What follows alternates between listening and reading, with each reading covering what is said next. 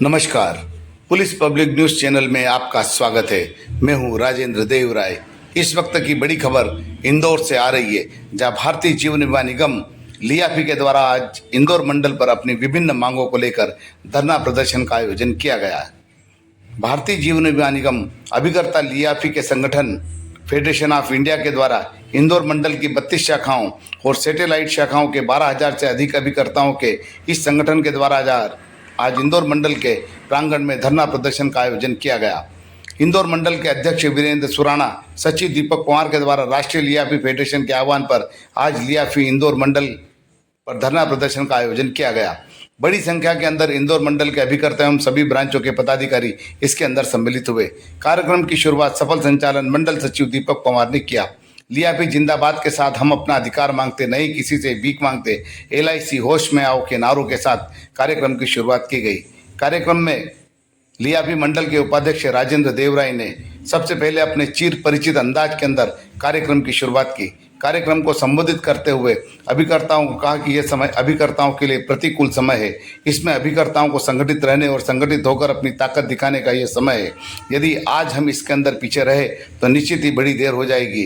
LIC हमेशा अभिकर्ताओं के हितों पर कुठाराघात करती आ रही है और अभी भी बड़ा कुठाराघात हुआ है, जिसमें अभिकर्ताओं के कमीशन कम किया गया है। अभिकर्ताओं के कमीशन को वापस लेने का जो नियम बनाया गया है वह नियम गलत है। इसको लेकर हम सबको एकजुट होकर यह लड़ाई लड़ना है और संगठन की शक्ति सर्वोपरि है, इसलिए हमें संगठन को और मजबूत बनाना है। इसके बाद ब्राह्मणपुर शाखा से सेवक राम मोहनानी, खरगोन शाखा से ओंकार लाल सेन, महू शाखा से विजय दंडक, धार शाखा से रतन त्रिवेदी, सीताराम धनोलिया, सुरेश पांचाल, नागदा शाखा से ब्रज मोहन गुप्ता, रतलाम से शरद चतुर्वेदी, शिवमूर्ति दुबे, अशोक भानावत, जावरा से विपिन चरोड़िया, सेंधवा से संतोष तिवारी, उज्जैन से आरती खरे, विजय अग्रवाल, दिनेश जैन, राजेश डांगरे, इंदौर शाखा से आनंद सोलंकी, संदीप पाठक, हुकुमचंद सुंदरेला, बड़वानी शाखा से रमेश प्रजापत, गणेश गुप्ता, सभी अभिकर्ताओं ने संगठन को लेकर अभिकर्ताओं के ऊपर LIC के द्वारा जो नए नए कानून लगाए जा रहे, नियम लगाए जा रहे, उसको लेकर विरोध किया और अपने अपने विचार रखे। एक स्वर के अंदर अपनी लड़ाई को और तेज करने की बात कही। देखते पूरी रिपोर्ट राजेंद्र देव राय के साथ। आप आपकी ताकत को पहचानिए। दूसरा, अभिकर्ताओं के लिए एक बात है, हम जितने बुद्धिमान हो गए हैं, जितने ऐश्वर्यवान हो गए हैं, जितने वीरवान हो गए हैं, जितने धनवान हो गए हैं, जितने बलवान हो गए हैं, जितने विवेकवान हो गए हैं, सच मानो हम संगठन के प्रति उतने ही बड़े बेईमान हो गए। सच मानो कि संगठन के प्रति हम उतने ही बड़े बेईमान हो गए। यदि आज हम बेईमान नहीं होते अभिकर्ता, तो यहाँ पर पैर रखने की जगह नहीं होती। यहाँ पर पैर रखने की जगह नहीं होती। ये अभिकर्ताओं की लड़ाई है, आपकी हमारी सबकी लड़ाई है, सबके भले की लड़ाई है। इसका लाभ मिलेगा तो सभी अभिकर्ताओं को मिलेगा। जो आज अभिकर्ता ज्वाइन हुआ उसको भी मिलेगा और जो 25-30 साल पुराना अभिकर्ता उसको भी मिलेगा।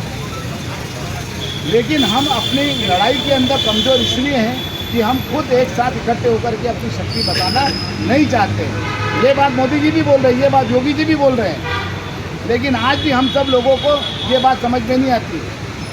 इसका इम्प्लीमेशन यही है कि अगर हम इकट्ठे रहेंगे तो हमको कोई काट नहीं सकता, कोई बात नहीं सकता, हमारे अधिकारों को कोई छीन नहीं सकता।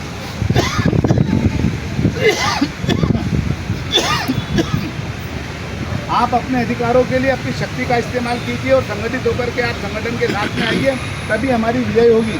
अन्यथा ये लड़ाई अधूरी ही रह जाएगी। और संगठन अपने स्तर से काम कर रहा है, मैनेजमेंट अपने स्तर से काम कर रहा है, उसका अपना काम करने का तरीका है, लेकिन उसको झुकाने के लिए हमारी शक्ति का भी तरीका होना चाहिए। यदि वो शक्ति का तरीका आपके और हमारे पास में नहीं है तो निश्चित मानो हमारी लड़ाई आज भी अधूरी है, आज भी हम लोग कमज़ोर हैं। अभी दीपक जी से मेरी बात चल रही थी, तिवारी जी से भी मेरी बात चल रही थी। आप लोग आधे इधर बैठे हुए थे, आधे इधर बैठे हुए थे, कुछ भाई साहब उधर बैठे हुए थे। हमने कहा भाई साहब सब आगे आ जाइए। एक भाई साहब ने कहा ठीक है भैया, जो लोग आ जाएंगे वो बैठ जाएंगे। इसी आसन को प्रशासन कहते हैं। इसी आसन को प्रशासन कहते हैं कि आप उधर बैठ जाइए, उधर बैठ जाइए। बीच में मैनेजमेंट अपना काम कर लेगा, आपको भी डरा देगा, आपको भी डरा देगा।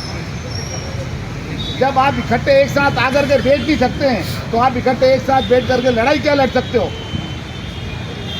आप बहुत कमज़ोर हैं अभी भी। यहाँ पर इतने लोग आ गए, इसका मतलब ये नहीं कि आप बहुत ज़्यादा ताकतवर हो गए। क्योंकि आपकी ताकत के पीछे जिन लोगों को खड़ना चाहिए, हमारे अभिकर्ता साथियों को, वही अभिकर्ता साथियों की ताकत अभी कमज़ोर है यहाँ पर। हमारा मूल उद्देश्य यही है कि आप और हम सब इकट्ठे हों। जब संगठन हमारे को आवश्यकता को लगे कि आप आइए, तब सारे लोगों ने अपने कामकाज छोड़ करके एक दिन के लिए आना चाहिए। यही हमारी शक्ति, यही हमारी ताकत है। लेकिन इतना भी हम यदि नहीं कर पाए तो इससे बड़ी बेईमानी हमारे संगठन के साथ में और कुछ हो नहीं सकती। हम अपने आप के साथ में बेईमानी कर रहे हैं। जो लोग अपने संगठन के लिए, अपनी अभिकर्ताओं के लिए, अपने लाभ के लिए भी अगर कभी वो व्यक्ति समय नहीं दे सकता तो उससे बड़ा कोई बेईमान नहीं है इस दुनिया के अंदर।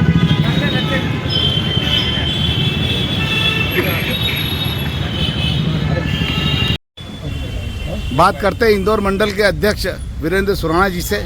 सर, आज आपने विशाल धरना प्रदर्शन का कार्यक्रम करा। एजेंटों की क्या मांग की जिसको लेकर के आपने धरना प्रदर्शन किया? ये सबसे पहले हमारे कस्टमर के हित की बात है कि कस्टमर का जो जीएसटी है प्रीमियम पे लग रहा है वो हटना चाहिए, और एलआईसी की जो पॉलिसी है उस पर बोनस बढ़ना चाहिए, प्रीमियम रेट्स कम होना चाहिए, और जो लोन है उसका रेट ऑफ इंटरेस्ट भी कम होना चाहिए। ये सबसे ज़्यादा ज़रूरी है। साथ में अभिकर्ताओं के साथ जो भेदभाव किया गया है, उनके जो कमीशन रेट्स है वो कम किए गए हैं। साथ ही उन पर एक जो काला कानून जो कि एक घटना की तरह हमारे ऊपर मंडरा रहा है अभी भी, जैसे कि क्लॉबैक का मीनिंग होता है कि अभिकर्ता ने कोई काम किया और अगर 5 साल के अंदर कभी भी कस्टमर ग्राहक आकर उस पॉलिसी को बंद करता है तो उसने जो 5 साल का कमीशन लिया वो एलआईसी वापस रिकवर कर लेगी। किससे करेगी? अभिकर्ता से रिकवर कर लेगी। तो इन सब चीज़ों को ध्यान में रखते हुए हमको ये आंदोलन करना पड़ रहा है, और इस आंदोलन के माध्यम से हम इस संस्था को, इस मैनेजमेंट को ये बताना चाहते हैं कि अभिकर्ता जिसे कि आप एलआईसी की रीढ़ की हड्डी मानते हो, उसके बारे में आपको सोचना पड़ेगा, उसकी मांगों को, उसकी बातों को सुनना पड़ेगा, और उस पर त्वरित निर्णय लेकर उन सभी को वापस से लाभान्वित करना पड़ेगा।